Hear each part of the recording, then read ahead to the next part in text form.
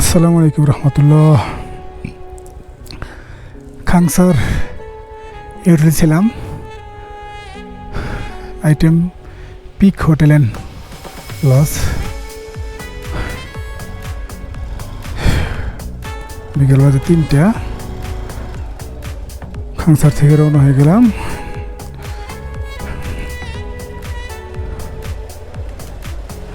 এক দেড় ঘন্টা রাইড করব সর্বোচ্চ, তারপরে যেখানে জায়গা পাবো ওইখানে স্টে করে দেবো ইনশাল্লাহ।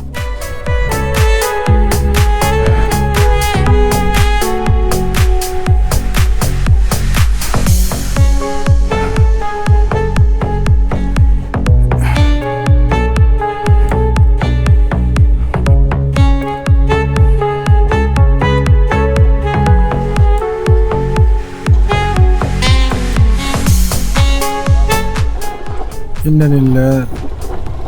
চাকা এরকম স্লিপ করতেছে, কে ব্রেক করতেছে, পিছনে চাকা স্লিপ করতেছে। হ্যাঁ, চাক্কা তো ঠিকই আছে, ব্রেক করতেছে, কোনো তো সমস্যা নেই।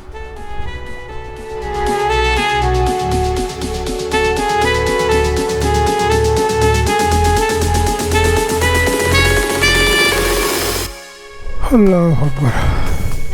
এত সুন্দর জায়গা রেখে মন যেতে চায় না। চারিদিকে বড় বড় পাহাড়, পাশ দিয়ে বয়ে চলা নদী, মন থেকে যেতে চায় এমন সুন্দর জায়গায়। যতটুকু চলে যেতে হয়, ফিরে যেতে হয় আপন নীড়ের দিকে।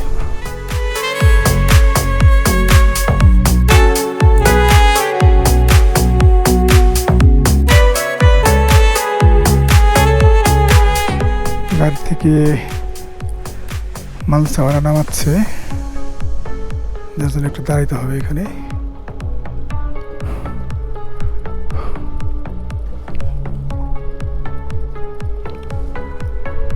ওই দেখেন দূরের পিকটা।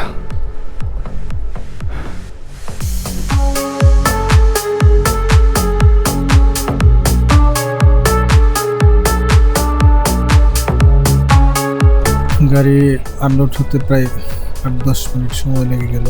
দাঁড়িয়েছিলাম, ধীরে ধীরে খানসার থেকে বেরিয়ে যাচ্ছি। এখন যে রাস্তা দিয়ে যাচ্ছে, রাস্তাটা অনেক প্রশস্ত হচ্ছে। এর আগে এই রাস্তাটা এত প্রশস্ত ছিল না, অনেক সরু ছিল, ভাঙাচোরা ছিল। 2 বছর বা 3 বছর আগে যারা আসছে তাদের ভিডিও দেখলেই দেখা যায় যে কেমন খারাপ রাস্তা ছিল। এখন তো অনেক বড় রাস্তা, কার্পেটিংও হচ্ছে।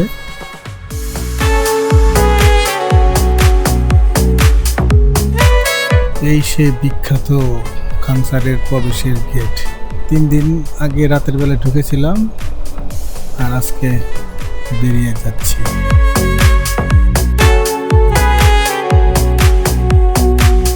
কুচির কারণে পুরো রাস্তাটা এত বেশি ভয়ঙ্কর লাগতেছে, বিশেষ করে এই ডাউন হিলে নামার সময় তো আরো বেশি ভয় লাগতেছে। আফিরে যতটা ভয় লাগে তার চেয়ে আসলে ডাউন হিলে নামতে বেশি ভয় লাগে।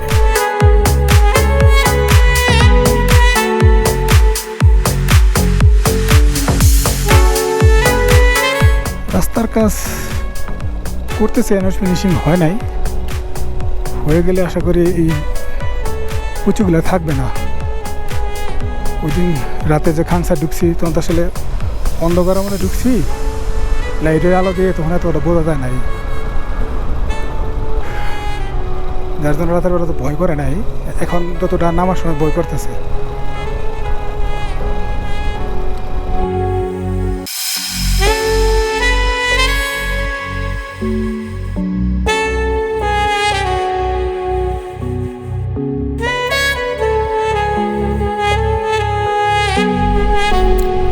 আল্লাহু আকবার। রাস্তার এই কঠিন পরিস্থিতিতে গলা আপনি আপনি শুকিয়ে আসতেছে। সুন্দর ঝিরি বয়ে যাচ্ছে, অনেকের পানি কোথায় যাচ্ছে আল্লাহ তাআলা ভালো জানেন।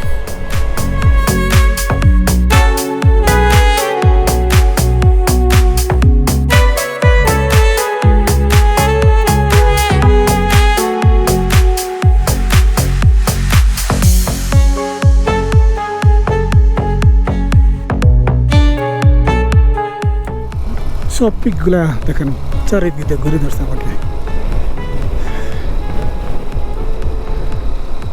রাস্তার কঠিন পরিস্থিতি না এলে পরে একটু গ্রুপ পুরোটা ঘুরে ঘুরে দেখতাম, কিন্তু রাস্তার যে কঠিন অবস্থা।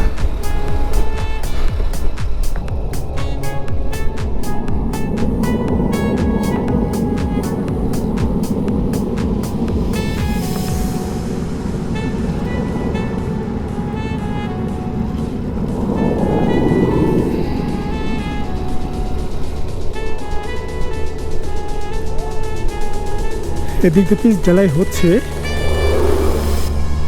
তো আস্তে আস্তে উইটগুলো হয়ে যাবে। পিচ ঢালাই হয়ে গেলে তখন আর এই যে ভয়টা কাজ করলে ভয়টার কাজ করবে না। বাইকারদের জন্য আসলে মারাত্মক ভয়ের বিষয়। सोचा है एक दिन मैं उससे मिलके कह डालूं अपने सब हाल दिल के और कर दूं जीवन उसके हवाले, फिर छोड़ दे चाहे अपना बना ले, मैं तो उसका रे हुआ दीवाना। अब तो जैसा भी हो मेरा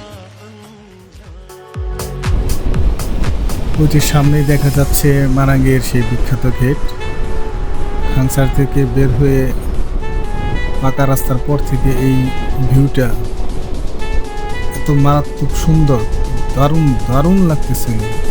চারপাশের ভিউটা হৃদয়ের মধ্যে গেঁথে নিলাম। আপনারাও দেখতে পেয়েছেন যে চারপাশের সৌন্দর্যটা কত মনোমুগ্ধকর। আসলে এরকম সৌন্দর্য হৃদয়ে গেঁথে রাখার মতো।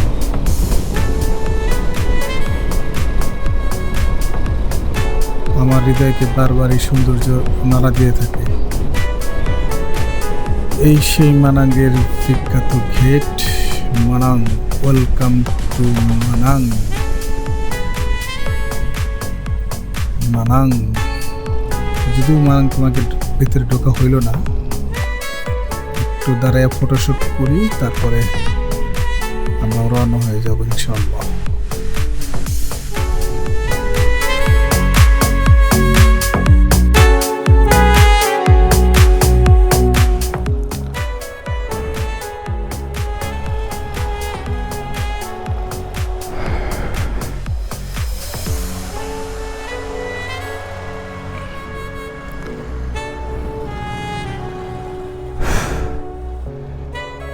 তেলে খু গেস্ট হাউস থেকে বেরিয়ে পড়লাম, বাজে 10:15। বেরিয়েছিলাম 10টায়, সব কিছু মিলে গোছাইতে গেছে। গত এখানে 5টার দিকে চলে আসছিলাম, 5টার পর রাইড করি নাই। न जाने कहाँ खो गया, बस यादें बाकी, बस यादें बाकी, आगे लगा के वो। যে হোটেলেতে ছিলাম রুম ভাড়া ছিল অনলি 500 টাকা, 2-3 জন থাকার মতো। একাই ছিলাম, কিন্তু খাবার দামের দাম অনেক হাই। বেশ থালি রাতে খাইছি, ওটা প্রাইস কত হলো খেয়াল করলাম না, কিন্তু সকালবেলায় 2টা রুটি, হালকা একটু ভিডিও করছি, কারণ খাইতে গিয়ে ভুলে গেছিলাম, শেষে একটু করছি, দেখাবো ইনশাল্লাহ।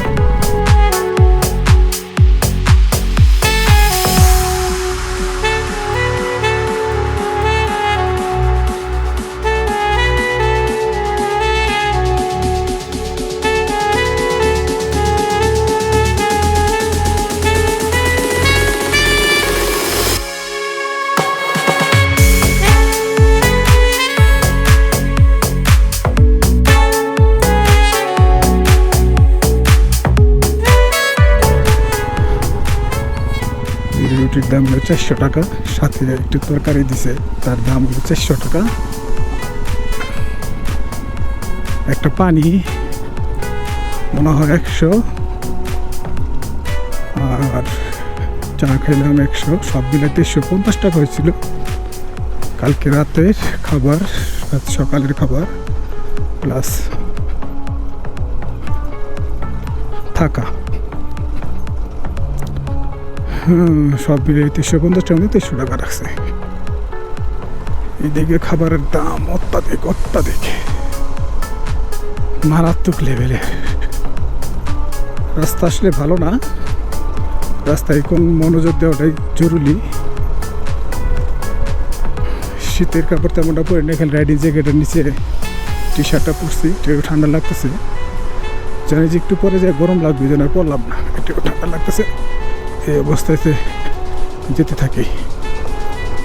তবে এখানে একটা বেশি বাজে সিচুয়েশন বলতে কোনো কিছু হচ্ছে, গাছের ভিতর থেকে আলো পড়তেছে আর ছায়া, দুইটা মিলে রাস্তা বোঝা যেতেছে খুব কম। ভাঙা রাস্তা তো, কোনে পাথর কোনটা উঁচু হয়েছে, নিচে হয়েছে বুঝতে একটু কষ্ট হয়।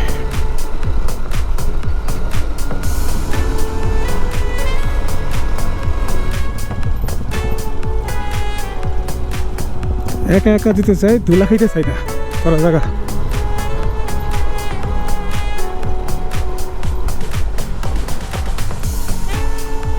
এখন আমাকে একাই রাইড করতে দিতেছে, কারণ আমার সঙ্গীর সাথে সব কাঠমান্ডু যায়, সেটা ব্রিজ নাই, গায়ালা দিয়ে ঘুম পাড়তেছে।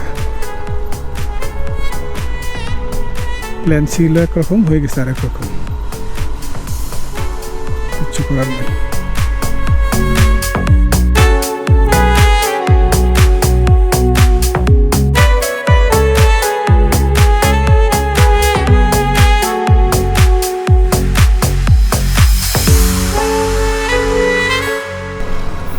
এখন ধীরে ধীরে চামের শহর পার হয়ে যাচ্ছি। সুন্দর পরিপাটি গোছানো একটা শহর। পাহাড়ের এই বৈচিত্র্যময় পরিবেশগুলা আমার কাছে খুবই ভালো লাগে। আমাকে খুব বারবার এগুলো দেখতে মন চায়, এই জন্য বারবার ফিরে আসি এই পাহাড়ি অঞ্চলগুলোতে, এখানকার মানুষের জীবনযাত্রা দেখার জন্য। তবে আমার কাছে মনে হয় শহরের মানুষের থেকে এখানকার মানুষের মনের যে শান্তি, পিসফুল বিষয়টা, এটা অনেকটা বেশি। এদের ব্যবহার, কথাবার্তা শহরের মানুষের থেকে একটু ভিন্ন রকম।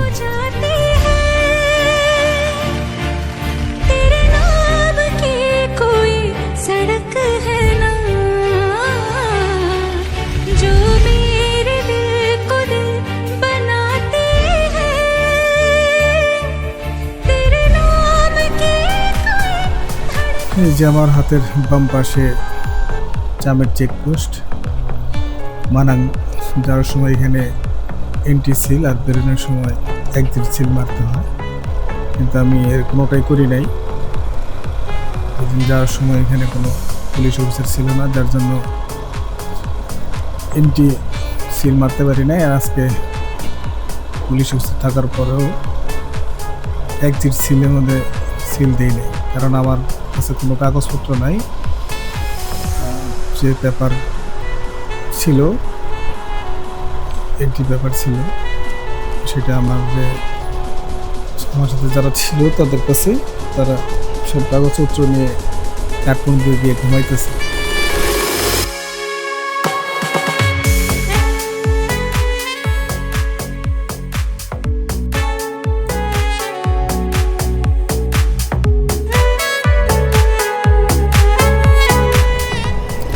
পাহাড়ি রাস্তায় এই একটা ঝামেলা, চাপা রাস্তা, একটা লরি ঢুকলে আর একটা লরির সাইড দিতে ঝামেলা হয়ে যায়। লরি একটা ঢুকতেছে আর এখান থেকে তিনটা যাচ্ছে, রাস্তা চাপা দাঁড়িয়ে আছে, একজন আরেকজনকে সাইড দেওয়ার জন্য।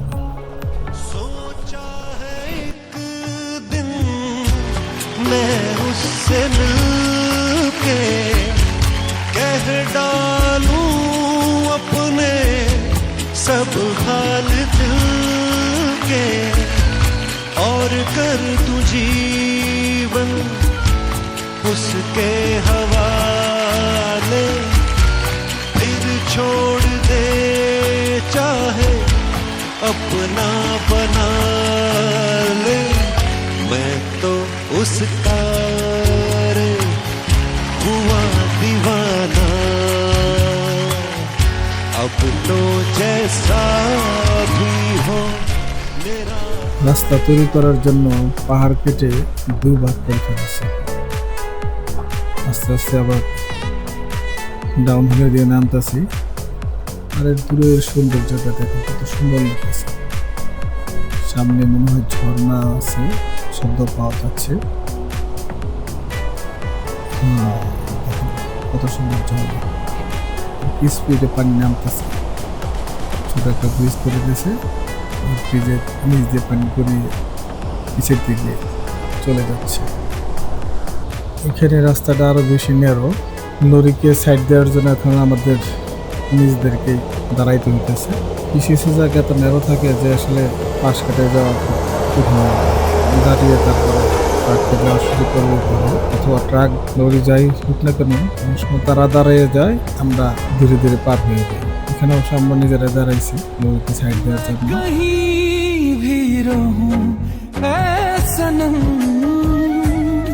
मुझको है जिंदगी की कसम, फासले आते जाते रहे, प्यार लेकिन नहीं होगा कम। আবার লরি আসতেছে, দাঁড়াইতে হবে, লরি চলে যাক তারপরে সুবহানাল্লাহ। কি সুন্দর পরিবেশ, কি সুন্দর আকাশ, পাহাড়ের সৌন্দর্য আসলে ভোলার মতো নয়।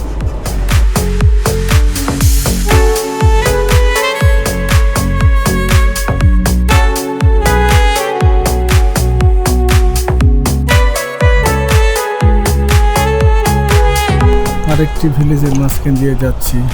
কেউ লাঠি কাটতেছে, কেউ রোদ পোহাচ্ছে, কেউ নাস্তা তৈরি করতেছে, আর আমি আমার গন্তব্যে পৌঁছানোর জন্য বাইক চালাইতেছি।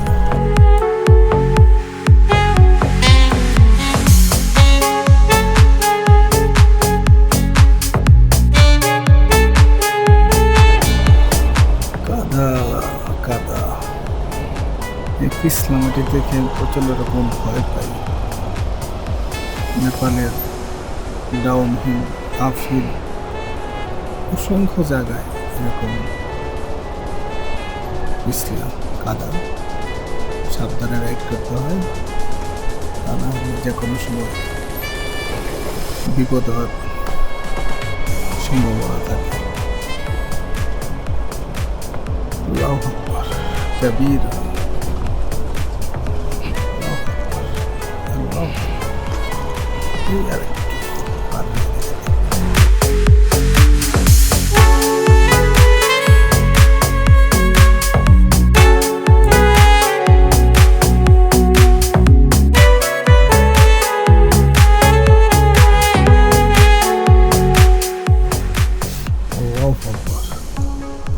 মানাঙ্গের যতগুলো প্যাচ আছে তার মধ্যে এই প্যাচটা বেশি ডেঞ্জারাস।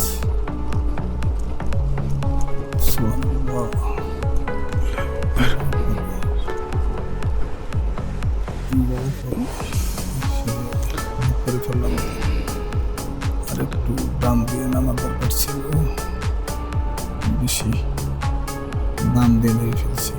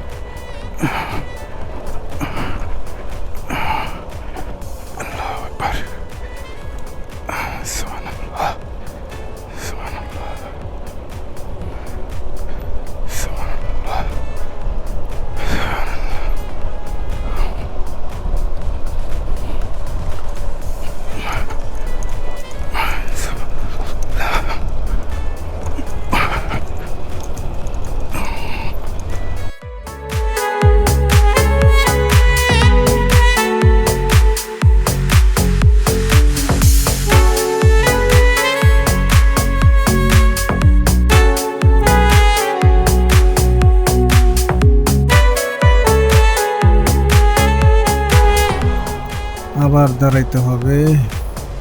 ট্রাক আসতেছে, ট্রাকটা চলে যাক, তারপরে আবার ট্রাকই তো দাঁড়াই পড়লো, আমি কি বেরিয়ে যাব?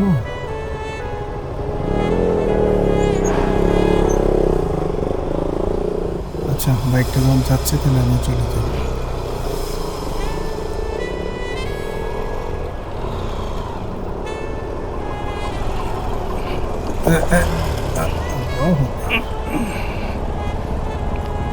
চারটা স্লিপ কেটে গেছে।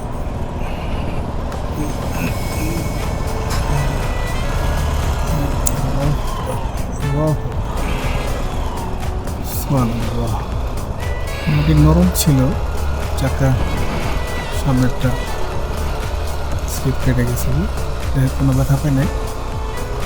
বাম পাও দিয়ে বাইকটা ঠেক দিয়ে কোনো রকমের রক্ষা পাইছি। कोई दुआ कोई दवा न काम आई, दिल को मेरे जब से तू पसंद। Of road, of road, of road. আবারও ডাউন হিলে নামতেছি। রাস্তার কন্ডিশন ভালো না, কন্টিনিউয়াসলি এরকম অফ রোডের মাঝখান দিয়ে যাচ্ছি।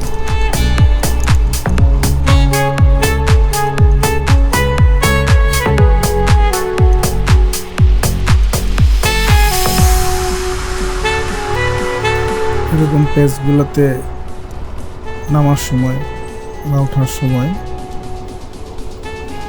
ভাঙাচোরা থাকলে আসলে একটু বেশি কষ্ট হয়ে যায়, বিশেষ করে ওঠার সময় এটা একটু বেশি প্যারা লাগে আমার কাছে, ভাঙা বেশি থাকলে।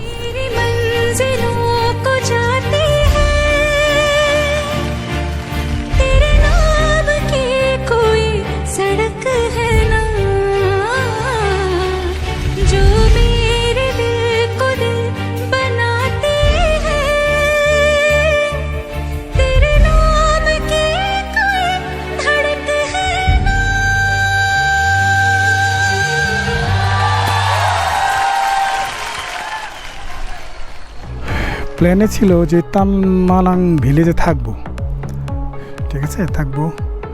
ওই যে ঝর্ণাটা, ওখানে সাইডে সিঁড়ি আছে, সিঁড়ি থেকে ঝর্ণার উপর কোনো যাওয়া যায়, এরকম প্ল্যান ছিল। কিন্তু প্ল্যানে সব এলোমেলো হয়ে গেছে, আর কোনো প্ল্যান নাই। এখন বলতে পারেন সোলো রাইড চলতেছে আমার। খানসার থেকে গতকাল বের হয়েছি, বিকাল হয়ে গেছিল, ওরা স্টে করা, চলতেছি একা একা।